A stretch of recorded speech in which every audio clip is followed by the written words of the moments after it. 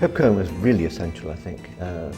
Zappa was really fascinated by him because Zappa had grown up working for these tiny little independent record companies and recording all kinds of weird sort of parody records and stuff and sort of sub-doo-wop records under all these different names. And Herb sort of came out of that sort of background. So Herb, to him, was the in into the very center of that Los Angeles rock and roll record scene and the small independent labels, which is where Frank saw his individual freedom being, located.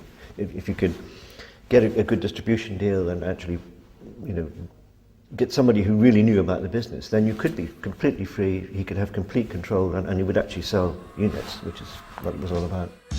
The name Bizarre perfectly summed up Zappa and the Mothers' own work and appeal. Early on, the band had aligned themselves with the LA freak scene, a world of eccentric artists and attention seekers whose skeptical and hedonistic outlook distanced them from the emerging hippie movement. No stranger to promoting his own work.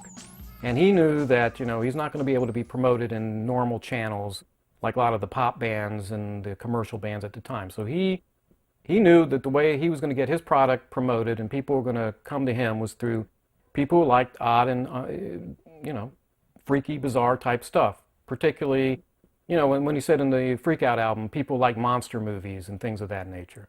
So by this point in time, you got to understand Frank knew how to promote himself, and he also knew that his reputation, for the most part, bordered on the bizarre and the weird and the freaky. That's what the fans expected, and he knew that by this point. Yet the first signing to Bizarre Productions was not particularly freaky at all. After completing their second album, Absolutely Free, back in late 1966, Zappa and the Mothers had relocated to New York to try to widen their appeal.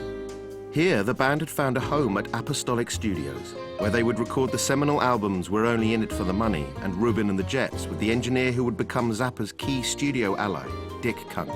It was also the location of their historic residency at the Garrick Theatre across 1967. And it was during these shows that Zappa became aware of teenage singer-songwriter Sandy Hurvitz. At this time, she already had an impressive musical pedigree, with a single released while a 16-year-old under the name Jamie Carter, and her compositions placed by producer Shadow Morton with both the Shangri-Las and Vanilla Fudge.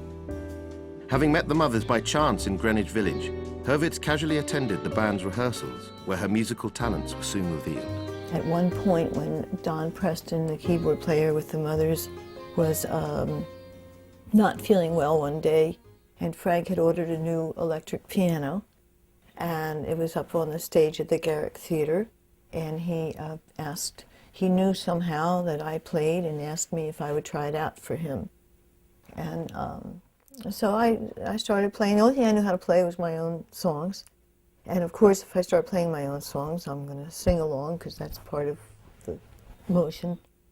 And he jumped off the stage and he ran up and put a mic in front of me and he jumped off the stage and then after I'd finished the song, he ran up and said, "Come with me into my office." And he led me to a couple rows back from the front of the theater and we sat down in that row and he looked at me and he said, "How would you like to be a mother?" And I said, "Sure." And that's how I became a mother. Although Hurvitz then began appearing on the Garrick Theatre stage with the band, Zappa's interest in the young singer and songwriter went beyond simply making her a part of his ensemble.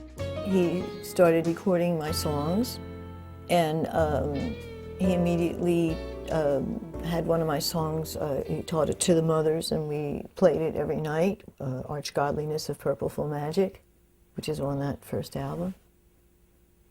So he was interested in me as an artist, he was interested in me as a songwriter, he was interested in me as a member of the Mothers, and that I learned the background parts and the steps, and we did the steps, and it was great fun.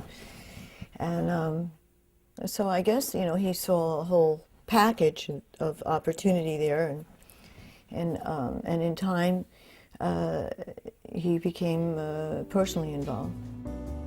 The pair moved in together, and while Hurvitz continued to perform nightly with the Mothers, Zappa and Cohen quickly signed her to their new production company and secured her a deal through Verve. I remember that I had to sign papers that my parents had to sign for me because I was a minor and they had to come in, and so my parents got to meet Frank, of course. So I just knew that they were going to do an album of my songs, and it was going to be the mothers backing me up. That's what it was going to be. Yet a few months before sessions for the album began, the relationship between Zappa and Hurvitz took a turn for the worse.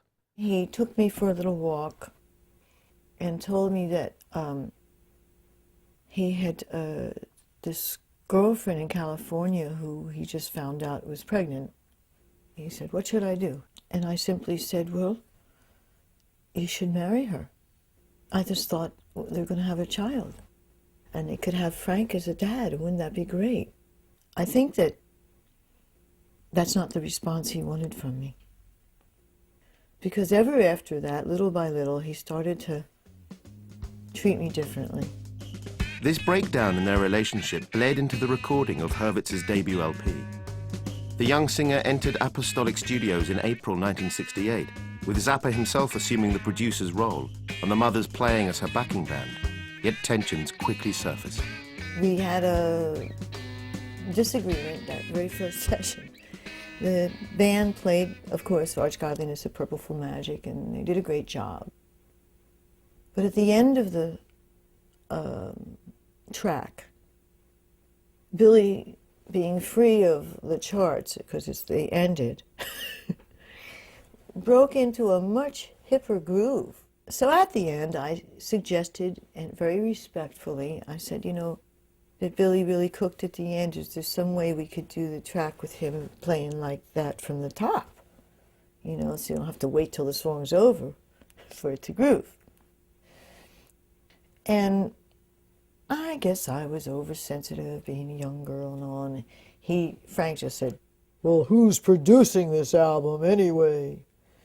Maybe he was just joking, but it didn't feel that way. And you know, how you turn red and you get all embarrassed. And so I just said, "Well, I guess you're not." And I walked out. Although Hurvitz would calm down and continue with the sessions, when she returned to the studio, neither Zappa nor the mothers were present, save for their latest recruit, Ian Underwood. The next day, she came back and Frank was no longer there, and Ian Underwood had taken over the production chores. Now granted, you got to remember, Ian Underwood is a classically trained pianist, and he probably wasn't that interested in it. And as a result, when the record came out, it seems to be slightly underproduced, and that might be part of the reason why. He kept just spending days laying down his own horn parts and then erasing them. He just didn't know anything about recording at all. And I once did this really great, vocal thing. And I did a lot of jamming, vocal jamming, improvisation with the band and here and there in the songs. And the person that was with me, he was all excited. We were outside of the studio talking about how great that moment was and how much we loved it, and oh boy, and we went back in the studio and Ian had erased it. He erased it and he had this lame excuse, "Oh, I couldn't mix it." We weren't mixing, we were recording. After discussions with Herb Cohen, Hurvitz successfully extricated herself from the contract with Bizarre Productions. The LP remained unreleased for months, while the young singer-songwriter changed her name to Esra and moved on to other musical ventures, eventually signing to Reprise Records. When her debut was finally issued to little fanfare in September 1968, its title seemed more than appropriate. Sandy's album is here, at last.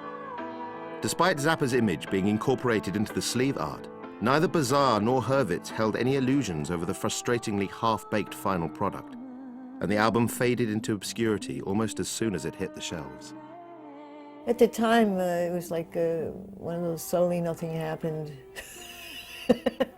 situations in the music business. You know, how much could happen? I wasn't with them anymore. I wasn't behind the album. It was just kind of thrown out there. It's like just as a matter of rote, oh well, we did it, so out it goes. It was an unfinished album. It was released unfinished.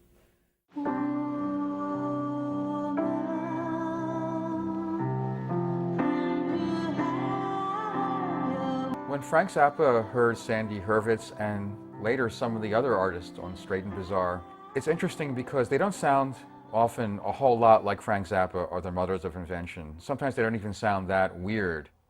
But I think with people like Sandy Hurvitz, they're a little too offbeat to automatically attract the interest of a big label. In some respects, I hear the music on Sandy Hurvitz as a little similar to that of a singer-songwriter like Laura Nyro, who was getting very popular around that time. And he might have been thinking, she's an interesting piano player, singer, and singer-songwriter, but it's going to be a while, if ever, before she really gets an opportunity like Laura Nyro was getting with Columbia Records. I can give her that opportunity. And as a producer, he might have been thinking, I can maybe add a little bit of what I bring to my records with the Mothers to the production to accentuate what's really interesting about her. I don't think it happened with the record. I mean, even to a much lesser degree than the Estra Mohawk records, which came out very shortly afterward, which are kind of offbeat. The production, and I realize he didn't produce all the sessions, but it's very dry. It's kind of like, well, it's almost like they're demo-ish in some cases. And I think that's part of her frustration when she looks back at that. Like, more could have been done with those songs.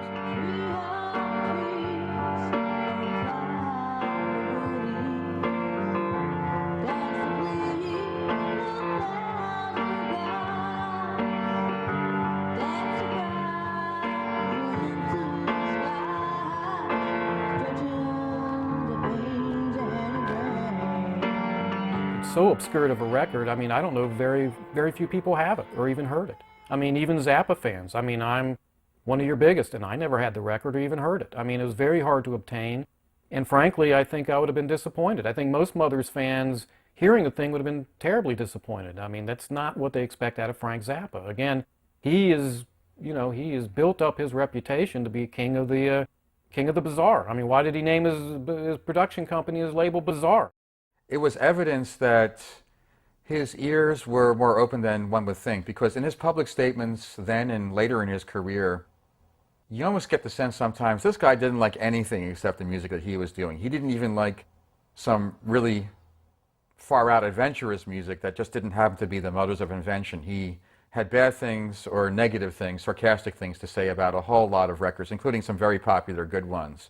I think he had a wider appreciation of originality in a more accessible form than the Mothers than he might even admit in public, because I think for whatever reason he liked to maintain this image of himself as this cantankerous guy, this iconoclast who was outside of everything else what was going on.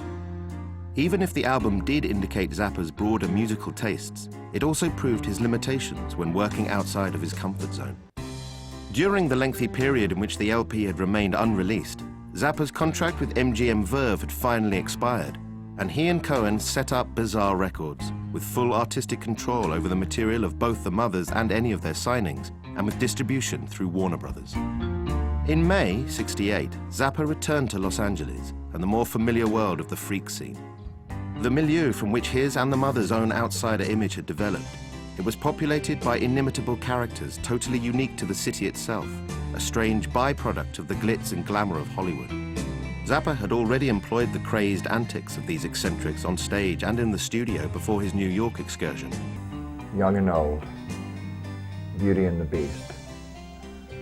Well, we don't have a budget for the beauties, but we got a lot of beasts around. Let's throw all of the morons out there who strut around as though they are beauties.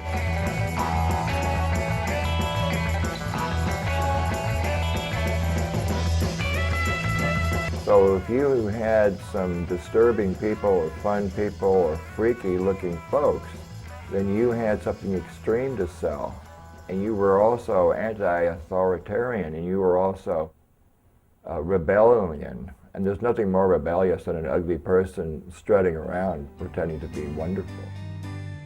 With his daughter, Moon Unit, now born, Zappa and his family had moved into a large log cabin in Laurel Canyon.